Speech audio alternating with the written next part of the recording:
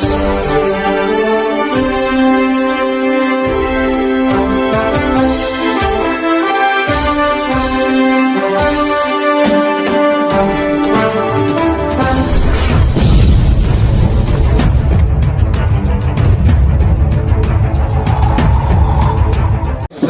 लोक समता पार्टी के सैयद शाह अली सज्जाद साहब देखिए पैदल चलते चलते पूरे टोला बरेपुर आए हैं और काफ़ी संख्या में इनके समर्थक हैं, काफ़ी लोग हैं। मैं बात करूंगा एक एक लोगों से। क्या भाई साहब, क्या विधानसभा चुनाव में क्या आपको लग रहा है, क्या लग रहा है? हाँ, विधानसभा चुनाव में आपको क्या लग रहा है सैयद साहब? आप देखिए, मैं एक एक व्यक्ति से बात करता हूँ, कुछ लोग बोलने में कतरा रहे हैं। क्या चीज़ आप पहले बताइए, क्या आपको लग रहा है कि सज्जाद साहब खड़े हुए हैं, आपके इलाके में आए हैं, कैसा समर्थन रहेगा आपके इलाके में? पुरजोर समर्थन है इस बार, क्योंकि हम लोगों का कोई रहबर नहीं है और ये चुनाव नहीं है, ये हम लोगों की जीत है। क्योंकि इस बार अगर हमने कोई भी गलती की तो जैसे हम लोग पिछले 75 साल में एक विधायक नहीं चुन सके, उसके बाद भी हम लोग नहीं चुन पाएंगे। इसलिए हम पूरे भागलपुर वासियों से ये अनुरोध करते हैं कि इस बार कोई गलती नहीं करें, ऐसे व्यक्ति को लाएं जो निस्वार्थ काम करते हैं। और ये कांग्रेस में 6 साल सेवा करने के बाद भी ये एक ऐसे व्यक्ति रहे कि इनको दावेदारी थी कांग्रेस को टिकट देने की, उन्होंने इनके काम को नज़रअंदाज किया और उसके बाद भी टिकट इनको नहीं दिया। तो हम भागलपुर की जनता से ये अनुरोध करते हैं कि इस बार आप बड़ी मात्रा में इसको वोट करके इसको जिताएं और इनको जिताने के बाद आप भागलपुर शहर को बदल देंगे। इनके पास ये क्वालिटी है, वो अपने बाप दादा के ज़माने से देश का सेवा करते आए हैं, उसका जिंदा मिसाल सा मार्केट है जिसमें हजारों लोग की रोजी रोटी चलती है। ये कहने वाली बात नहीं है, भागलपुर की आवाम इस चीज़ को जानती है। और जब ये सत्ता में आएंगे, जब ये यहाँ से भागलपुर से जीतेंगे, तो ये 100% है कि भागलपुर के नवयुवक के लिए कोई न कोई कारखाना जरूर खोलेंगे। हम लोग पूरे भागलपुर की जनता से ये फिर से अनुरोध करते हैं कि आप लोग ऐसे कैंडिडेट को चुनिए जो कि कभी भी अपने लिए नहीं सोचते हैं, जनता के लिए सोचते हैं। क्या नाम हुआ आपका? मेरा नाम मोहम्मद शाह आलम हुआ। देखिए, मोहम्मद शाह आलम ने बताया, पूरी बातों को रखा है, अब जनता को तय करना है। मैं इमाम साहब से पूछता हूँ, क्या नाम है भाई आप? हमारा मोहम्मद रोज खान। मोहम्मद रोज साहब, क्या है, सज्जाद साहब उतरे हैं आपके इलाके में आए हैं, कैसा जन समर्थन है? बहुत पूरा समर्थन है इनके साथ। हाँ। और हम आगे भी लोगों से गुजारिश करते हैं कि जिस तरह हम लोग इनका साथ दे रहे हैं, आप भी इनका साथ दें। क्योंकि एक बार हम लोगों को कोई चाहिए ऐसा आदमी जो हर जगह रह करके हमारा बात आगे तक पेश करें और लोगों तक बताएं। क्योंकि इनको जिताने की बात है कि ये नहीं जीतेंगे, हम लोग खुद जीतेंगे। हम लोग अब तक पीछे रहे, हम लोग आगे नहीं आ पाए, तो हम चाह रहे हैं कि सज्जाद साहब आगे आएँ और आए हैं और इनको आगे तक हम लोगों का काम है बढ़ाने का। देखिए, मैं सज्जाद साहब से बात करता हूँ परिवार की तरह। सज्जाद साहब, सभी लोग एक परिवार की तरह आपके साथ हैं, लग रहा है कि सभी लोग आपके घर के हैं, ऐसा समर्थन आपको इलाके में मिल रहा है? जी, ये सही बात है, क्योंकि हम जो बात के लिए लड़ाई लड़ रहे हैं, हमारी कोशिश है कि आपस में हम सब मिलजुल के रहें। हाँ। हमने बहुत अपने आप को बांटा है और लोगों ने भी हमको बांटा है। हर जात अकीदे पर भी बांटा है और ज़ात पर भी बांटा है, बिरादरी पर भी बांटा है। हम बढ़ करके हमको जो है नुकसान पहुंचा रहे हैं लोग। सियासत के एतबार से हम बहुत नुकसान में हैं, सियासी एतबार से बहुत नुकसान में हैं। आपने देखा होगा कि हमारे इज्तिमाइयत की जगह मस्जिद है, 5 वक्त नमाज पढ़ना मुश्किल है, जुमा का नमाज पढ़ना मुश्किल है। जहाँ से हम इत्तेहाद दिखाते हैं, ईद बकरीद हमारे लिए मुश्किल हो गई। अब क्या चाहिए आपको? इसलिए हमारे बीच में ऐसा होना चाहिए कि हम इत्तेहाद को दिखाने के लिए वोट की राजनीति करें। अगर हम वोट करके अपने आप को दिखा देंगे, 50,000 1 लाख दिखा देंगे, तो समझ जाएंगे कि हम जो है मुत्तहिद हो चुके हैं। और यही हमारा और अगर हम मुत्तहिद होकर दिखा देंगे तो आगे का मसला भी ऑटोमेटिक हल हो जाएगा। इसलिए आप सबसे हम दरख्वास्त करते हैं कि जहां आपने सबको खुश किया है एक और सबको वोट दिया है और सारे लोग हम ही लोगों के वोट पर जीते हैं और सारा आगे जाते हैं, मिनिस्टर बनते हैं और क्या क्या बनते हैं। लेकिन एक बार इस फकीर को भी चांस दीजिए, इंशाअल्लाह आपके आपके लिए खरा उतरेगा।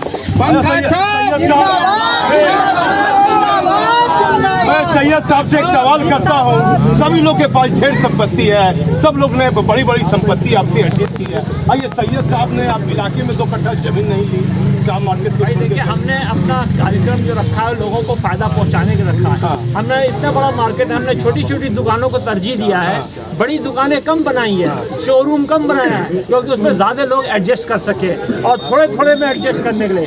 अब ये देखिए कि ये हमारी कोशिश है। और बहुत सारी ज़मीनें तो हमारी ऐसी पुरखों की जिस पर लोगों ने कब्जा कर लिया है। हमने किसी की ज़मीन कब्जा नहीं किया, बोले हमारी ज़मीन लोगों ने लेकिन कब्जा करने वाले भी चुनाव लड़ रहे हैं। हाँ, लड़ रहे हैं। हाँ, कब्जा करने वाले लड़ रहे हैं, जो घर पर बसे हुए वो लड़ रहे हैं। लेकिन उनको ताकीद की जा रही है कि भाई ये हमारी, जो बहुत खुश होते हैं कि आपकी ज़मीन पर हमें हम पर कृपा कीजिएगा। हम कृपा तो करेंगे ही भाई, कोई दिक्कत नहीं है। लेकिन हम ये कहते हैं कि हमने, हमारा जो स्वभाव, हमारा जो मिजाज रहा है, लोगों को मदद करने का रहा है और अब तक मदद करते आगे भी मदद करते रहेंगे। और हम चाहेंगे कि भागलपुर की जनता को एकजुट करके हम उनकी सेवा करें। देखिए, विधानसभा में कई प्रत्याशी दागदार हैं, लेकिन सज्जाद साहब पर कोई ऐसा आरोप नहीं है, कभी कोई आरोप इन पर नहीं लगा है। आप देखिए, इनका स्वागत इस इलाके में हो रहा है। इलाके देखिए, सैयद शाह आलम जी यहाँ आए हुए हैं, मैं आपको दिखाता हूँ। सभी लोग उनसे मिल रहे हैं और एक व्यक्ति है यहाँ के पूरब टोला के, मैं इनसे बात करता हूँ कैसा समर्थन इलाके के लोग इनको कर रहे हैं।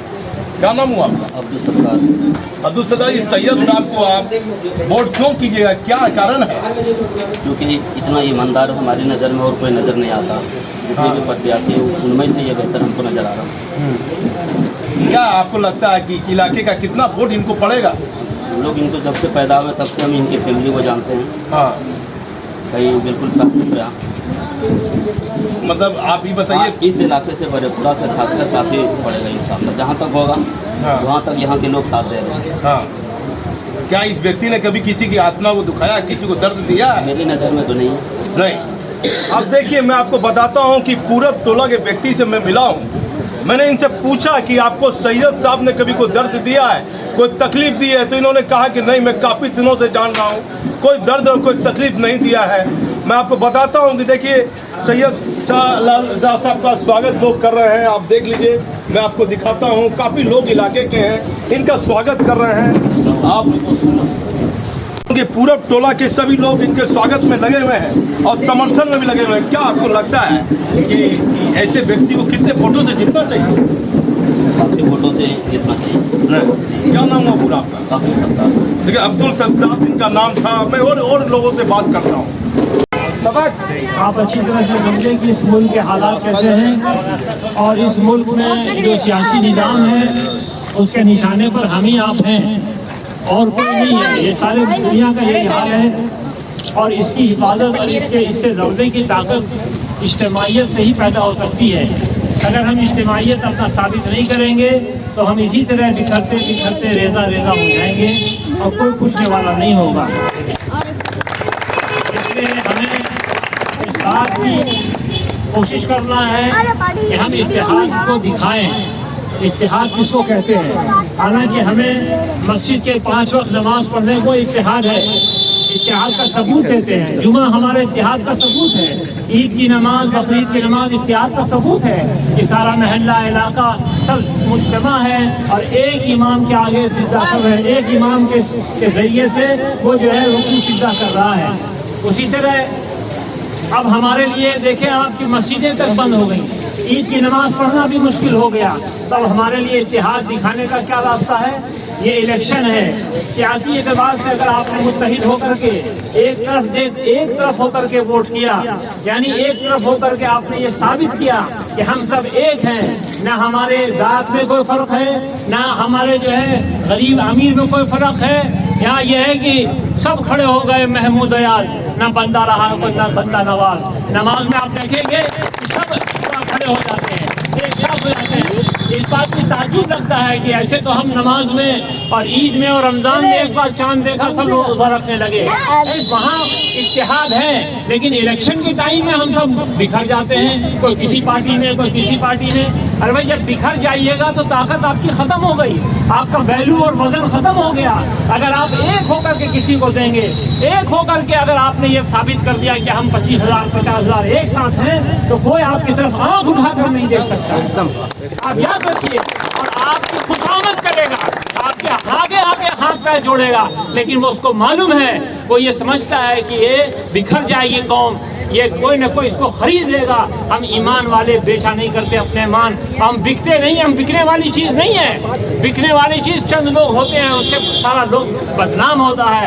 एक मछली सारे तालाब को खराब कर देती है। जिंदाबाद जिंदाबाद जिंदाबाद सज्जाद साहब जिंदाबाद जिंदाबाद जिंदाबाद। दूसरी बात यह है कि जब आप देखेंगे बकरी भेड़ जब चरता है और जो बकरी और भेड़ अपने से हट जाती है, किनारे हो जाती है, उसको जो है भेड़िया पकड़ लेता है।